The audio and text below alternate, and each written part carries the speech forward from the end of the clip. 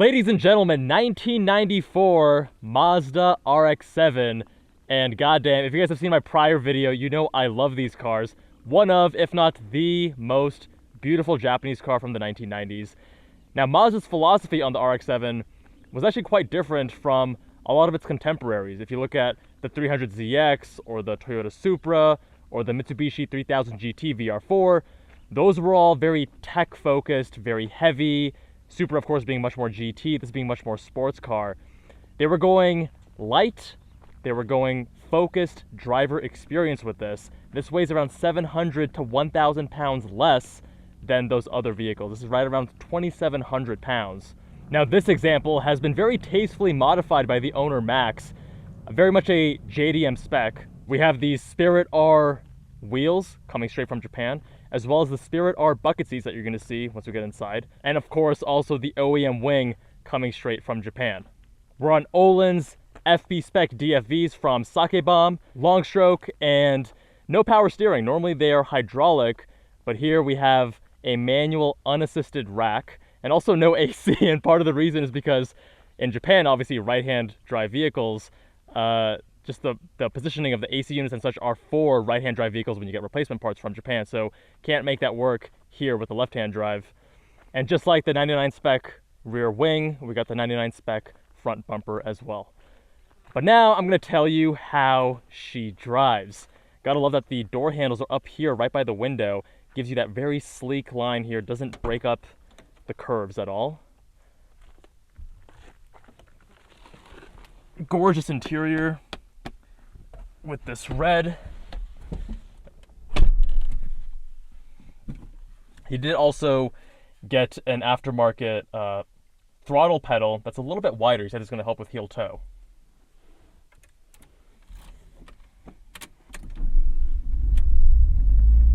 Oh, no AC is going to be a struggle today. Let me get the fan going a little bit. Now, clearly a very driver-centric cockpit here, although no telescoping, no tilting to the wheel, and at 6'1", I don't quite fit in here the way that I would like. We're powered by the 13B REW 1.3-liter 2-rotor Wankel engine, and stock it makes 255 horsepower, 217 pound-feet of torque, but he did this Apexi ECU unit, larger injectors, no cat, and of course a tune, and now it's pushing out 305 to the wheels.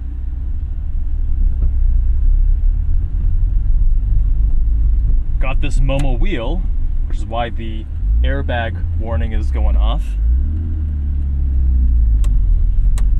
And that's because the owner tracks the vehicle, and all the G-forces on track can prematurely deploy the airbag. That's more a 90s technology limitation. We don't have the limitation nowadays.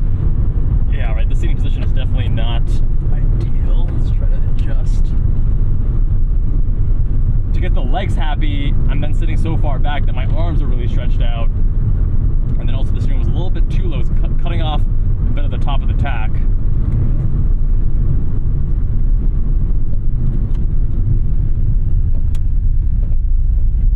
And you gotta love that this iconic Japanese sports car was actually designed at the California Mazda studio, and it's powered by a German engine, the Wankel, of course. Little mix mash of cultures. It has these sequential turbos as well, so identical size, identical turbos, these two Hitachi turbos, but they kick in sequentially, meaning the first turbo starts, I think it's like 1,000 to 3,000, and then around 4,000 there's a crossover point, and with that crossover point, now the second one starts coming in, and both of them are going to work together all the way up to red line. Now that crossover point, in theory it sounds great to reduce turbo lag, but the crossover point tends to have a bit of a dip in torque. But with the Apexi ECU, the owner was mentioning that rather than having a 1,000 RPM torque dip, it's now only about 500 RPM. Feeling a lot through that steering wheel. Just the texture of this road.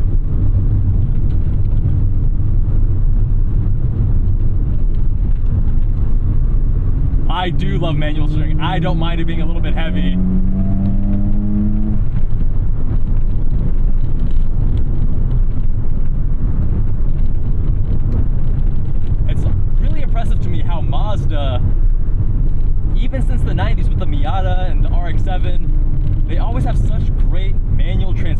have such a tight, crisp mechanical feel. Really a joy to use. Clutch might be getting towards the end of its life because the engagement point is quite high, but it has great clutch feel.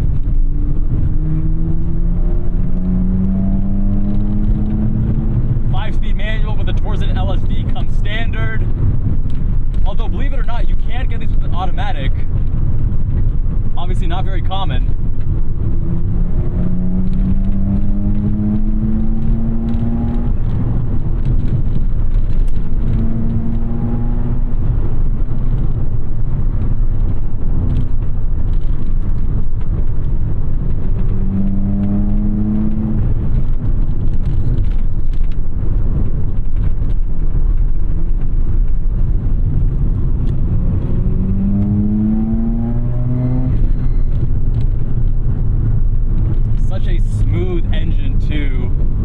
Out to 8,000 RPM.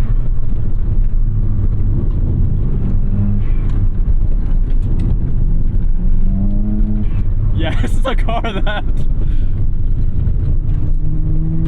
because of that turbo lag, it gives you pause mid-corner as you get on the throttle. You don't want it to just snap away.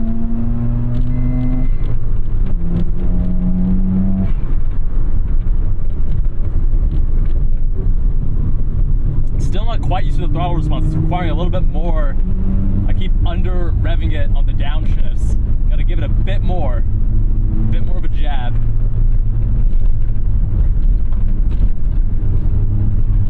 And that actually is typical with many turbocharged engines, even if they're not Wankels, even if they're regular piston engines.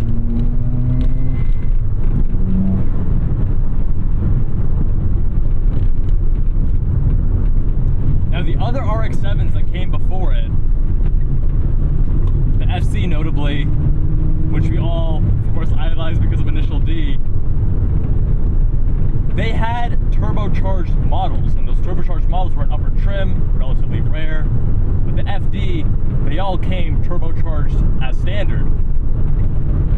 This was by far the most powerful RX-7 ever produced, and the RX-8 that came after it, of course, larger, more GT, much less sports car, and also not as powerful, not as quick.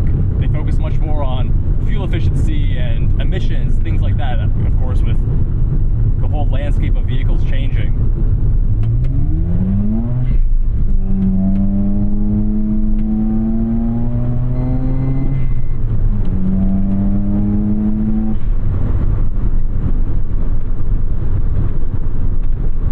Rotary engines have such a unique character. They're so effortless, so smooth.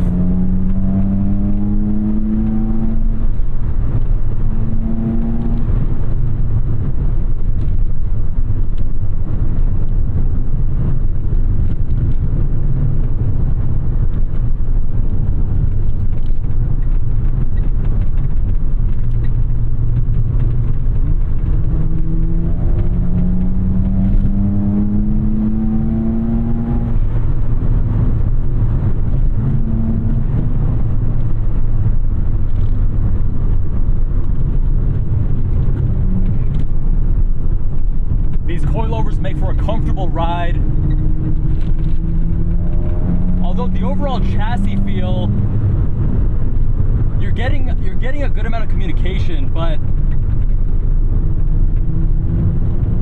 it doesn't feel super planted. It feels like it wants to play a bit.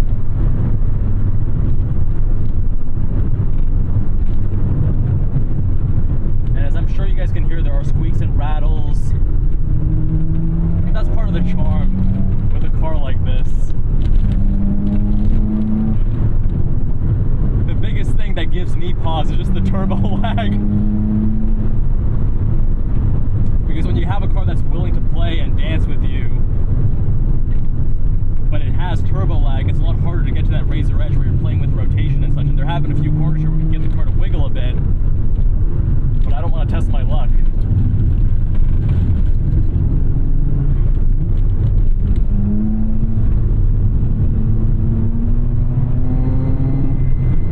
There, getting a bit of rotation on throttle.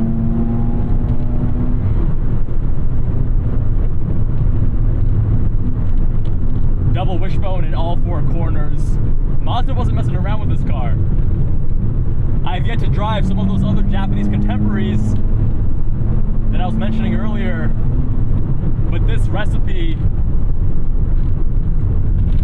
a lot of power, lightweight sports car, focus chassis, front engine, rear wheel drive, never gets old. Yep, a lot of rotation there too. You can really steer this thing with the throttle.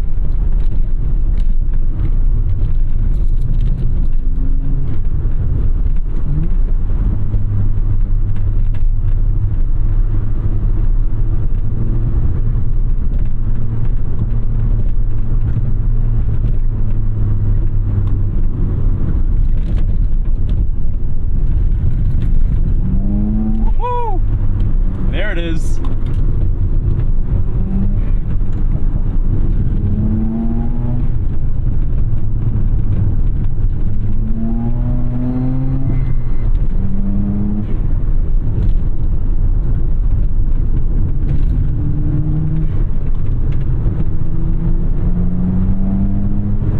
Wow. Communicative chassis, willing to play, willing to rotate, great balance, front midship, right? Because that rotary is so small, they put it so far back and so low, it has that 50-50 weight distribution for greater predictability as you drive.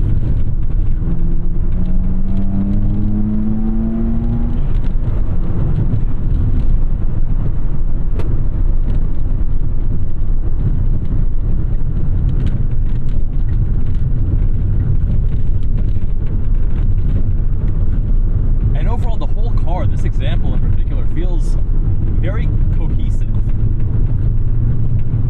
Granted, when you're at a near stop, the steering is going to be very heavy, so many of us aren't used to manual unassisted racks. But when you're driving it, I mean, the brake, it's not super firm and super sharp, but all the inputs, they feel very much 90s in an endearing way. The steering has so much texture, so much feedback. It is heavy, it is fun, it is a pleasure to use. And for those who complain about unassisted racks being too heavy, I say, hey man, hit the gym, because I think the trade-off is totally worth it. Great notchy mechanical shifter. This is a stock OEM, no short throw kit here, and this still feels great. It feels fantastic. The brakes, they require a lot of travel. There's a good level of resolution and ability to modulate them, but at the very beginning, it's a little bit softer, right? It takes a bit more travel until you get that bite, which is what you expect from a car from this era. Clutch has great feel, although the engagement point is very high. The car itself only has 25,000 miles on it. The owner bought this back in, I think, 2015 for like 18K. Talk about a deal. Nowadays, this would be going probably closer to 40K.